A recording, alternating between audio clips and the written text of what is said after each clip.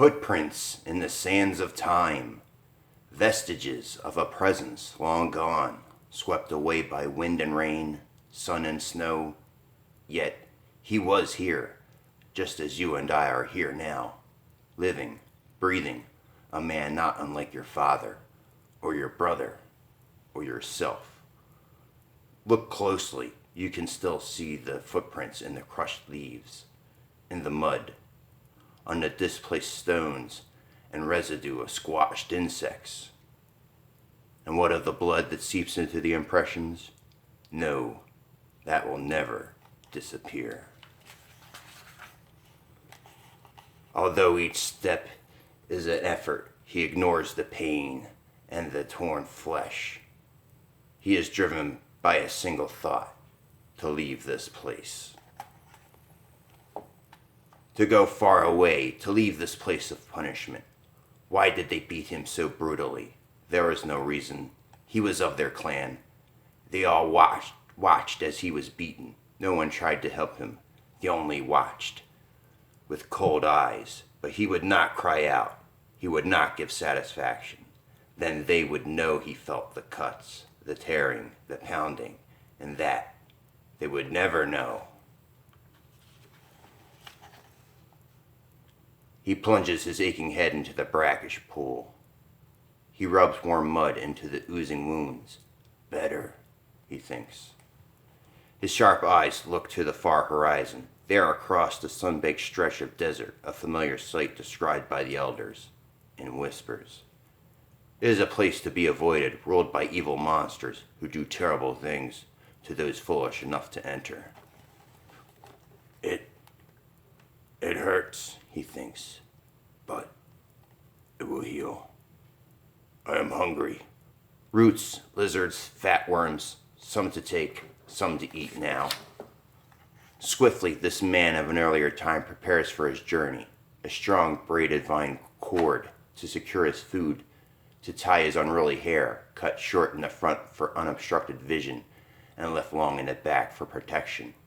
A stout dry branch for protection, and the man called TOR is ready for whatever fate has in store. He does not stop to rest as the setting sun casts a long shadow across the caked earth. Darkness descends quickly as he chews his raw provisions.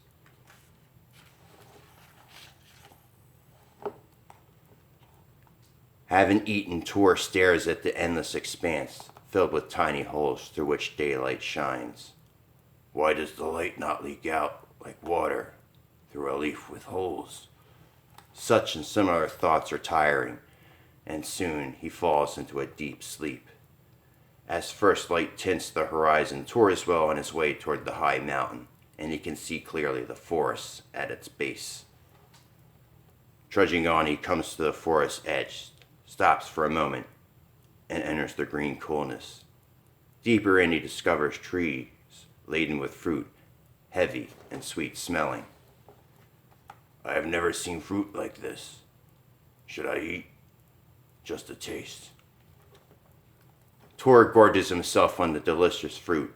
A pleasant numbness overtakes him. His head spins. Suddenly, bright colors explode before his eyes. He cannot move his limbs. Visions of weird creatures emerge from nowhere, coming closer.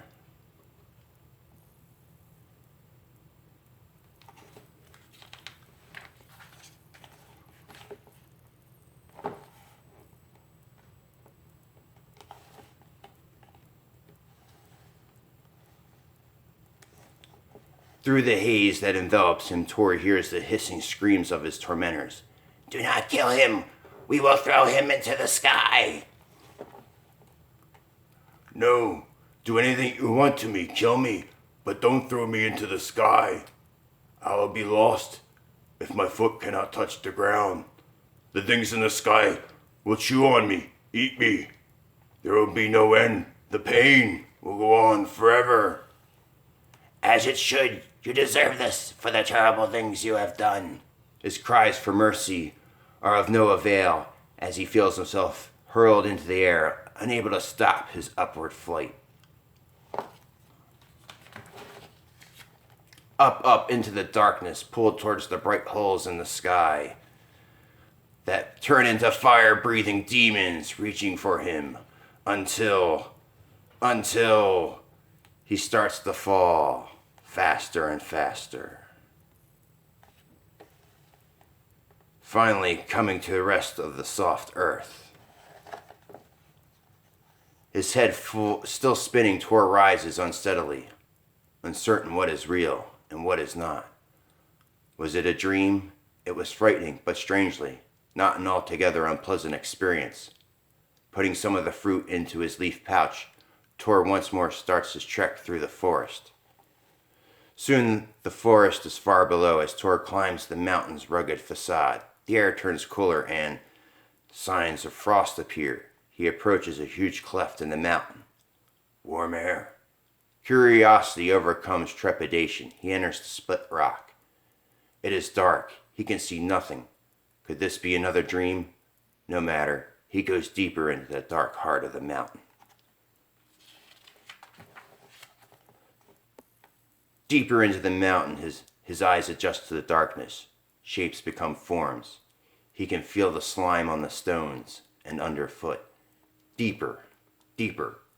Suddenly, a flutter of leathery wings. The inert walls have become alive with flying animals. They swoop, glide, and fly off toward a light. Tor follows the swarm to an opening. Sunlight and a warm breeze greet him. As he steps out to discover a new world, a world encircled by mountains of snow-capped walls. Through the mist rising from the dense jungles, he sees something off in the distance. Is that part of the mountain? No, it is not a natural thing. Then what is it? Curiosity erases all sense of fear and fatigue. Quickly, he descends the incline. In a matter of moments, he is deep in the jungle. Beautiful flowers, abundant with heavy scent, attract giant insects. Then, the sound of water. Cool, clear, invigorating, a feeling of youthful elation, which is interrupted by a scream that echoes through the trees. Now alert, he gathers his few possessions, and once more curiosity leads when perhaps survival instincts should rule. Was that an animal screaming in pain, or was it human? The answer is soon discovered, tied to a half-submerged rock in a shallow pool fed by the waterfall. But is it human? The squirming, screaming thing is covered with hair, and filth water cannot wash away. Imploring eyes red with fright and tears, it chatters in a language Tor does not understand. Tor ignores the desperate pleading and turns to leave. Despite the frantic wailing, Tor steps away. This is no concern of his. Soon the screams will be too far to be heard. Now another guest enters the scene, one whose hunger will decisively silence the noisy clamor. The waters slowly part. The screams turn to gasping sobs.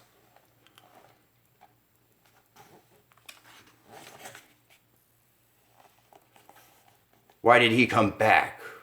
Why has he put himself in danger for something less than human?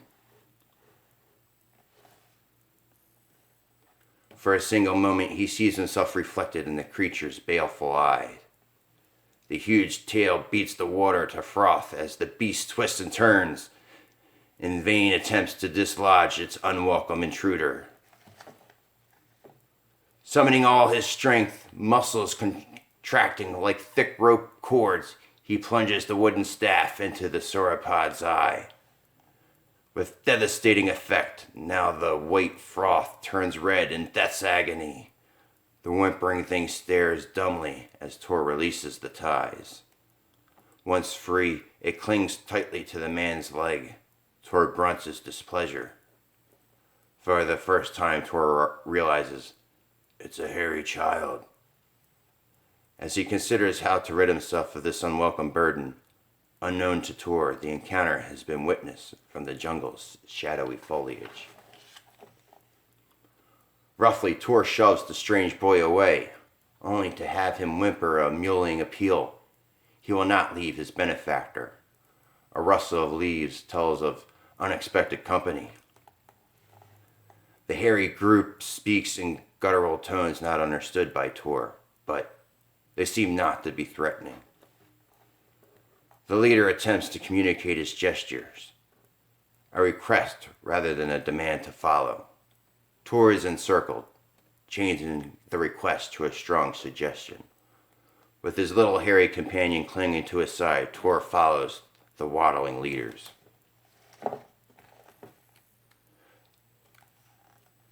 TOR's laconic impression turns to amazement as he is brought into a wide clearing. The stone edifice he had seen from a distance is not of nature. But how was it assembled, and by whom? TOR is brought before a wrinkled, toothless figure who looks disapprovingly at the hairy boy. Low grunts, a questioning look. He is not pleased that the boy was saved. TOR expresses ignorance with silent emotions. I am from a distant place. I do not understand. As TOR watches, the old man picks up a sharp stick and starts to scratch lines into the earth. TOR thinks, The boy. He makes the boy. What is that? A man, a big man, with many arms. TOR watches in silence as the telling proceeds. The boy is gone. The big man with many arms remains. Slowly, TOR understands. The boy was a gift to the big man. Not a gift, a sacrifice. TOR has seen this many times in his own clan. TOR watches as the boy is pulled away, tearfully pleading for help. Filled with mixed emotions, TOR hesitates. Helpful strangers may suffer worst in such disputes, yet the boy's fate will be sealed unless he cannot stand by and allow the boy to be consigned to some horrible fate. Just then, everything stops. TOR's body tense and his eyes narrow. A tremor is felt underfoot. It grows stronger. The ground trembles as TOR stares in disbelief. A hideous form emerges from the jungle and advances with heavy treads into the clearing. It is evident that peace is not its intent.